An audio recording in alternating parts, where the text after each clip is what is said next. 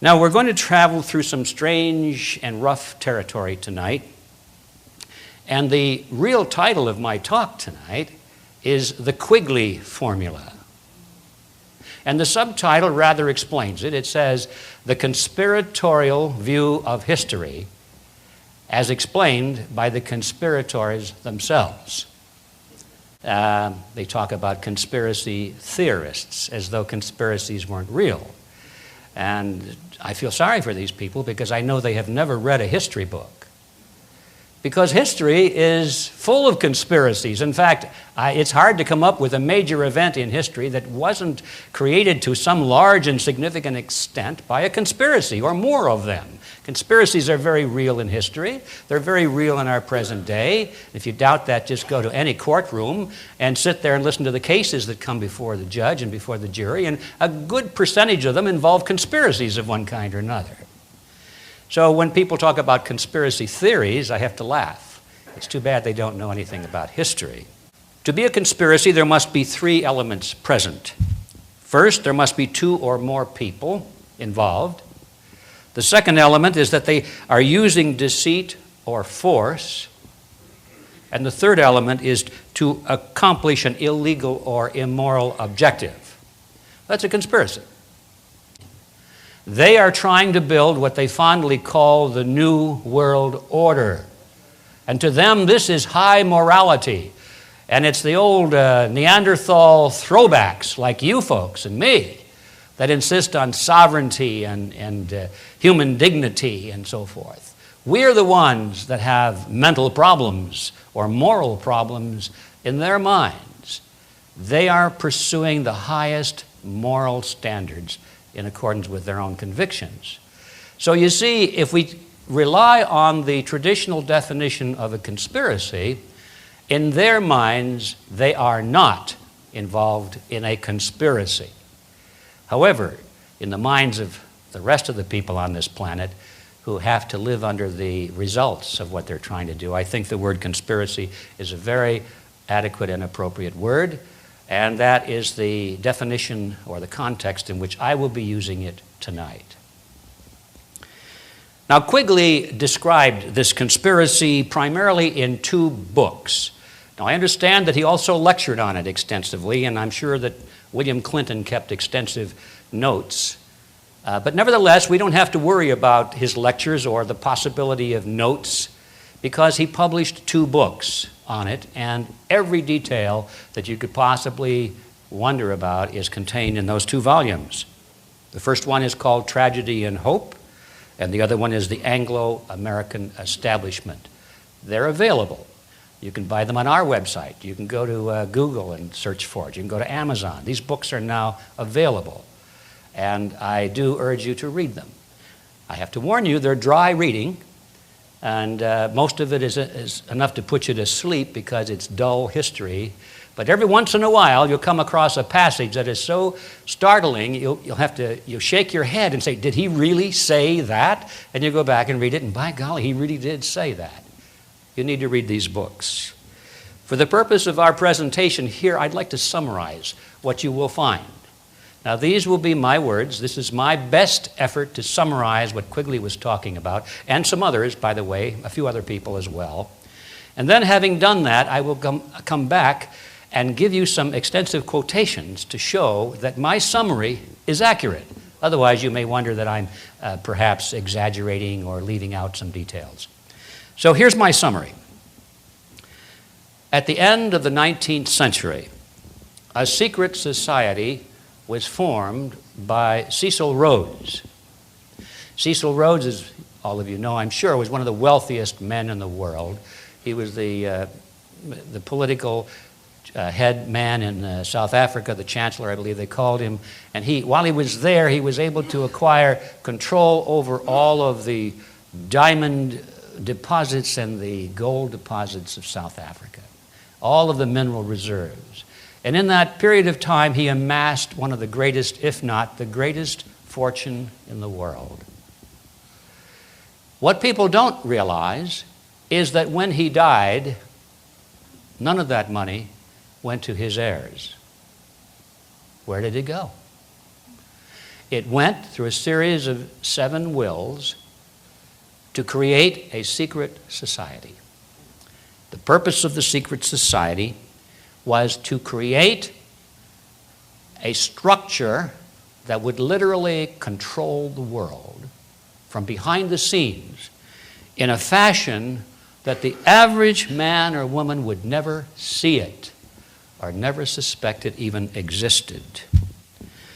The Rhodes Scholarship, which most people know about, was just the tip of the iceberg that was created in one of the wills of Cecil Rhodes. And the purpose of the Rhodes Scholarship was to provide a funnel or a recruiting mechanism to find the most appropriate, the most likely individuals, young men and women, who could be recruited into this secret society. It should come as no surprise that William Clinton was a Rhodes Scholar. Fits perfectly into this scenario. This secret organization is not just of historical interest. It exists today. And according to Quigley and other observers who are close to it, it is the most important single historical force in the world since World War I. I just think about that for a moment. Is it true? Well, we'll cover a few facts and you judge it for yourself.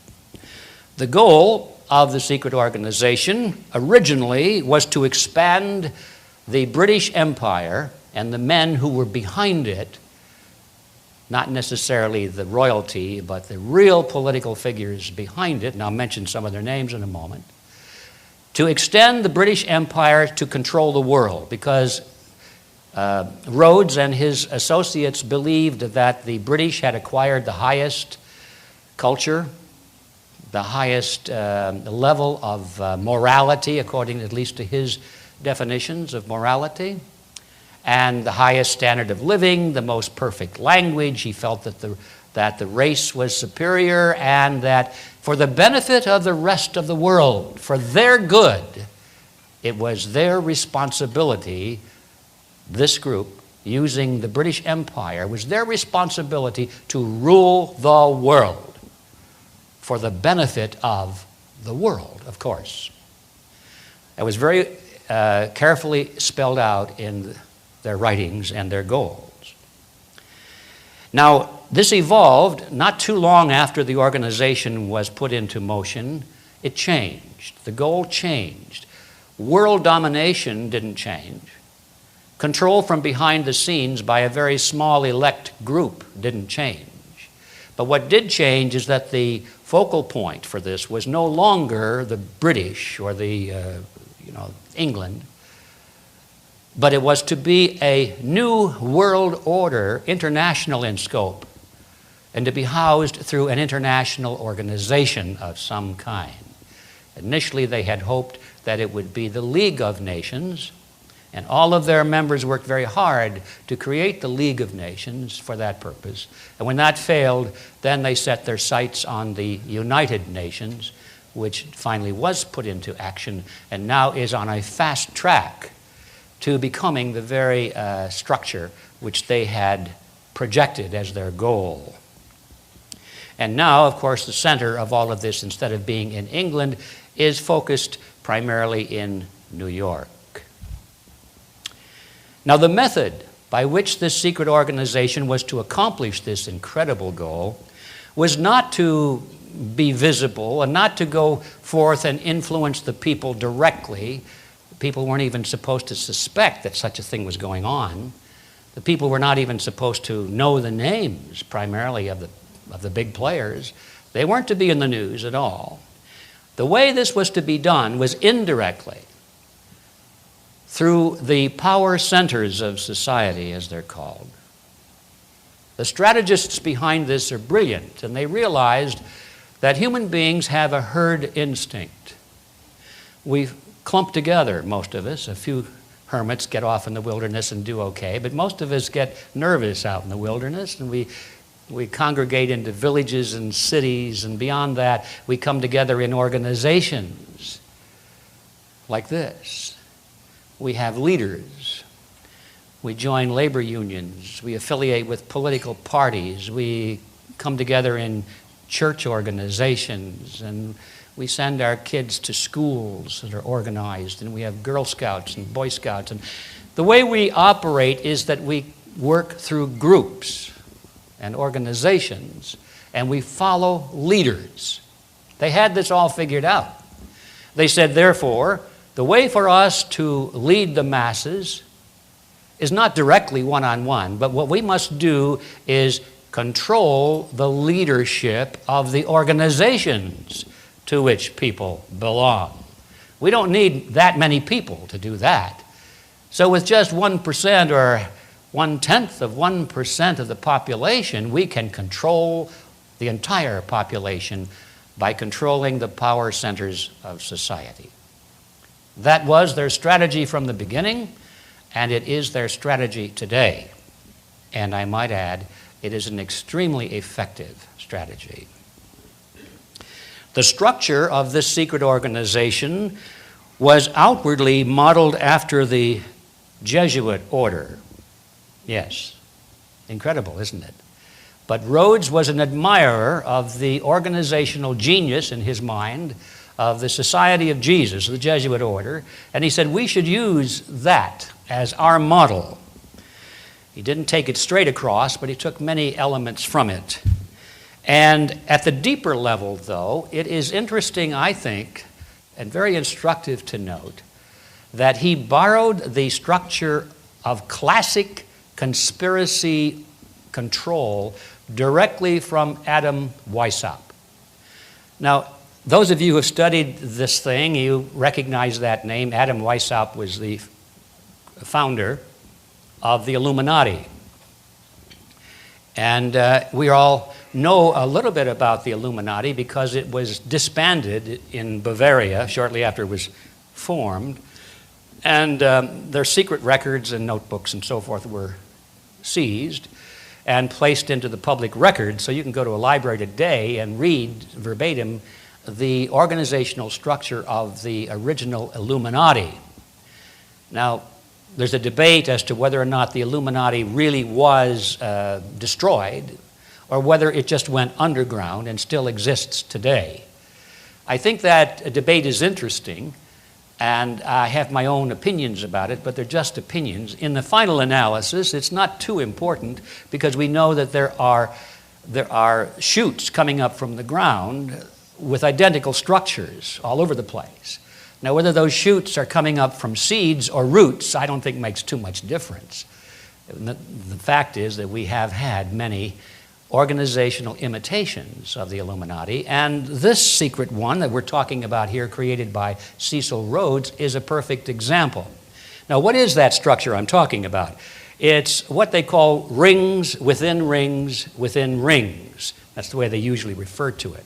And what that means is this. Weishaupt said that in the center of his Illuminati organization, there would be a controlling group of maybe 3 or 4 people, just a small number.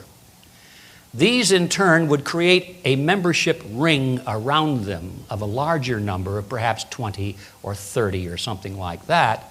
And the members of that ring would not be aware that they were being dominated and controlled by the inner circle.